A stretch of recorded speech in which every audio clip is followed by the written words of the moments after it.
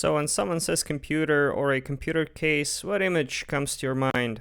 In my case, growing up, a computer was something that takes up a corner of the room, and looking back, it's funny because I do remember the family referring to our living room Pentium machine as a trash bin because it was bulky, especially with the 14-inch CRT, printer, speakers, and all the rest of the accessories. And while there were other slimmer and more compact options back in the day, looking at it nowadays, even those seem unreasonably huge. And I was always impressed with how far we came along in terms of miniaturization, and I've always been fond of tiny tech, especially smaller form factor computers. As you know from watching my channel, I have a thing for netbooks and other small devices like Apple's Mac Minis and such. And indeed, apart from the Mac Mini line, there are countless other miniature desktop examples from small and big players like Intel, the NUC, but also other hobby-oriented SBCs like Raspberry Pis. But all the tiny PCs I have in my collection are kinda bottom of the line as far as specs go, and they use older low-powered and low-performance CPUs like Atoms, Celerons, or Core Duos, especially if we're talking about things like thin clients that rely on a central server unit to offload its storage and or the processor-related tasks. And it's been a while since I've actually played around with something that's been released recently and has some of that mind-boggling newfangled magic technology that's somehow enabling us to fit tens of gigabytes of RAM inside a ridiculously small package. So when people from MeLE got in contact and offered to send in their mini PC for review, I was really quite interested in what it would look like and how it would perform, so I took them up on their offer. And even though I figured this thing would be small, I mean, when the package arrived, I didn't even know what it was until I got it out and saw this. And I mean, this is just ridiculous. And if you're confused as to why I was amazed since Raspberry Pis have existed since forever, well, this is pretty much a fully featured desktop PC designed for running Windows 11. It features an Intel Alder Lake N150 CPU, also known as Twin Lake, with 16 gigs of DDR5 RAM and a 512 gig storage module, which, I mean, I don't know. Even though it shouldn't, it just kind of blows my mind. Perhaps I'm just well behind the times or easily impressed, but still. In this tiny package, you get the computer itself, which again, just look at how small this thing is, as well as some documentation and the power supply, which has a USB connector, but with this warning label saying how you shouldn't use this with any other USB-C device, since it delivers 12 volts, and I guess it's not capable of switching between that and 5 volts that most devices use. Also, it comes with various different end plugs depending on your region, so I'll just use the European one. The main unit itself really is quite compact, but surprisingly has a plethora of ports. 3 USB-A ports, of which there are 2 USB 3 sockets, followed by 2 USB-C ports, one of which is used for power delivery, and the other one can be used for video out, as I've done for this video. In addition to that, you also have 2 regular HDMI ports, so 3 options for video out, which is really sweet. Here we'll also find the audio out, which is essential since this thing has no speaker, along with a micro SD card reader. And last but not least, a Kensington lock, which, thinking about it, yeah, if you have this thing in any sort of a public setting, it would be really easy to steal, so having a way to stick it to a lock is a great peace of mind, although I'm not too sure it would hold up to being just ripped out of there by a determined thief. It also had this sticker warning users about the hot surface, since, yep, much like those Raspberry Pis and thin clients, this thing has no fans or other moving components, and I was wondering what the thermals on this guy are going to be like. In any case, at this point I was more than curious to sink my teeth into it, because I couldn't wait to see what kind of performance could you get out of something this size. So I hooked it up to my modded Apple Thunderbolt display, which I made a video on recently, but as you'll see in the video, the glossy glass surface really doesn't cooperate with the camera at all, and it gave off a horrible glare, so I'm sorry about that. I couldn't tell if I had to set the computer up or it would come with some sort of OS pre-installed, and sure enough, after a minute it started booting into Windows 11. And to be honest, I wasn't too sure about the legitimacy of this installation or what the deal with that is, and if I was using this computer as my main machine, I would absolutely reinstall the OS because I just don't really trust pre-installed software, but as is, I just didn't bother since I won't be using it on my main network or with any of my sensitive information. And yeah, it successfully booted into Windows 11, which I really have little experience with, so it was interesting using it for this testing period actually. So yeah, after hooking up my keyboard and mouse, I just had a play around and started thinking how to go about testing this thing, and even though it's advertised as an office computer, I mean, I'm sure it runs Word and Excel just fine, and also things like YouTube playback, no real need to test any of that, but I was curious, however, about some other tasks I would expect my main rig to be able to handle. So that's what I decided to do, and I've put together a list of things to try on this computer. First is just a couple of industry standard benchmarking tools to see how it compares to some of the other machines I have, and just to set a hard baseline. The second thing is gaming, and I wanted to see how it would respond to games from various time periods and system requirements, and just to see if it can indeed game. Third, I wanted to try some CPU and GPU intensive creative tools, in particular to see how it handled editing 4K footage I usually work with for YouTube purposes. So with that, yeah, it was time to get it on, but before running all the benchmarks and doing quote-unquote real work, I just used this computer for a couple of days just to get acquainted with it, doing just basic things, browsing the web, typing up the script, downloading essential apps, etc.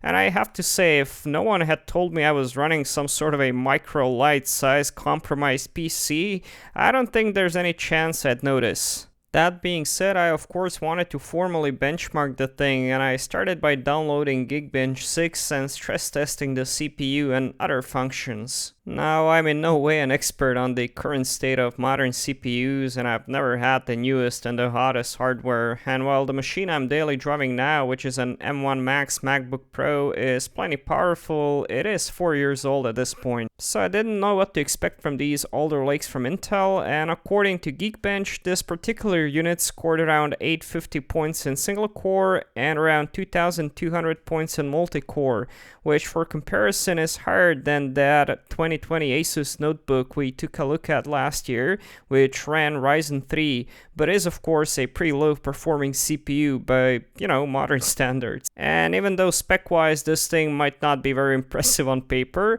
I was still more interested in actual real-world performance, so I moved to the other thing I thought would give me disappointing results, but would be cool to see nonetheless. Now, was I expecting great gaming performance from this thing? Absolutely not. I mean, it's like 6 inches across and has no dedicated graphics to boot. But once again, I was curious as to what could one expect from that integrated Intel UHD graphics, and I remember my old 2017 MacBook did, alright with integrated graphics chip, and for the most part, they do all an average person might need. And usually when I test older junk, I tend to go with early to mid-2000s titles, but that would be kinda pointless here.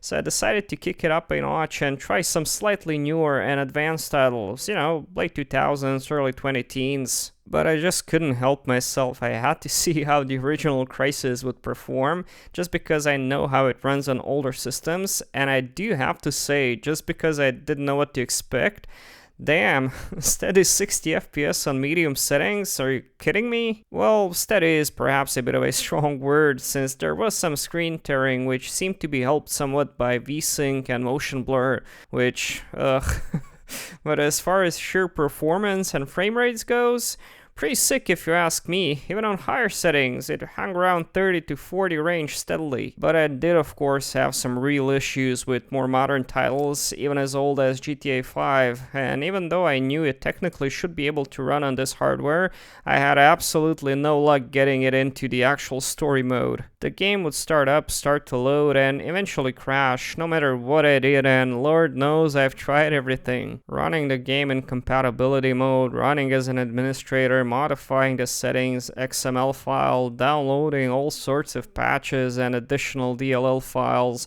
updating the video drivers, and all those things the tutorial guys from India said I should do, but no luck. Similar story with Black Ops 3, just no real luck getting past the intro sequence. The game would just hang at the black screen, which again indicates a graphics issue or just lack of resources. That being said, I've decided to go for GTA 4 since I'm quite partial to it, given how, after all, it features a Balkan protagonist, and I do remember being blown away hearing Nico curse in a language I understood as a teen. Pretty sick. And yeah, I mean, the game ran really well, especially for, what we're working with here. And even though it did stutter kind of hard at the beginning, but that's because it defaulted to high graphical settings and 1440p resolution, which was a bit high. So after cranking it down to 1080p and medium settings, it managed to achieve a nice steady 30 plus FPS, and it was all very playable, all while not sacrificing too much of the quality. And heck, I was playing this game with the boys on my PS3 not too long ago, just for shits and giggles, and I mean that runs at 720 to 1080p at 30 FPS as well, so pretty much exactly the same as this. Speaking of classic PS3, PS4 titles, even though I couldn't get Black Ops 3 working, I've settled on Modern Warfare 3 instead. And again, I was somewhat surprised by the performance, and maybe I'm just out of touch and this is just, normal for cheap low-end PCs nowadays, but the fact that this little bastard is pulling off steady 30 plus FPS on mid to high settings on 1080p resolution, I mean, I don't know. Now, would I consider this a gaming PC? Absolutely not. I mean, it has no dedicated GPU nor the ability to add in a card like you would with any other big box PC, although I would be interested in trying out like an external Thunderbolt GPU, even though it would kind of defeat the purpose of this thing being tiny and cheap. But still, nowadays you really do have options as far as expandability goes, even with something this small and integrated. But even so, I can't recommend this thing for any sort of serious gaming, and it's not like it's advertised in that manner, but that doesn't mean it absolutely can't game, since these integrated graphics have really come a long way from what I remember, and you could run an astounding number of banger titles on here, but no, you're not playing the latest titles, no way, no how. Oh, and I did actually monitor the temps while running all these apps, since this thing has no fans, just passive heatsinks, and like the sticker says, yeah, it really does get stinking hot to the touch, so I was also naturally curious about the internal temps. The utility I used showed the maximum temperature to be around 84 degrees Celsius, which is pretty hot, and I did actually hit those temps multiple times during heavier CPU loads, which is not unexpected, and I bet if you were to somehow add even a small simple fan to this, it wouldn't thermal throttle as much and it'd be able to sustain higher frequencies for longer, but once again, it's not really built for performance, but to be small and silent, and I suppose with that in mind, there's no real reason to be disappointed. So one more thing I was really curious about was this thing's ability to edit 4K footage, which would make it actually usable as my daily driver, and to test that I wanted to import the clips I've shot for this particular video and try editing them right on this tiny PC.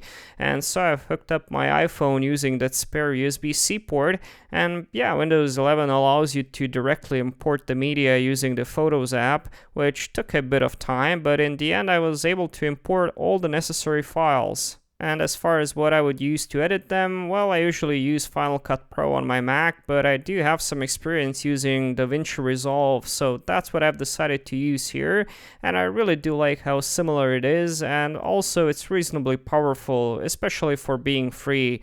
I mean, it's freaking awesome, right?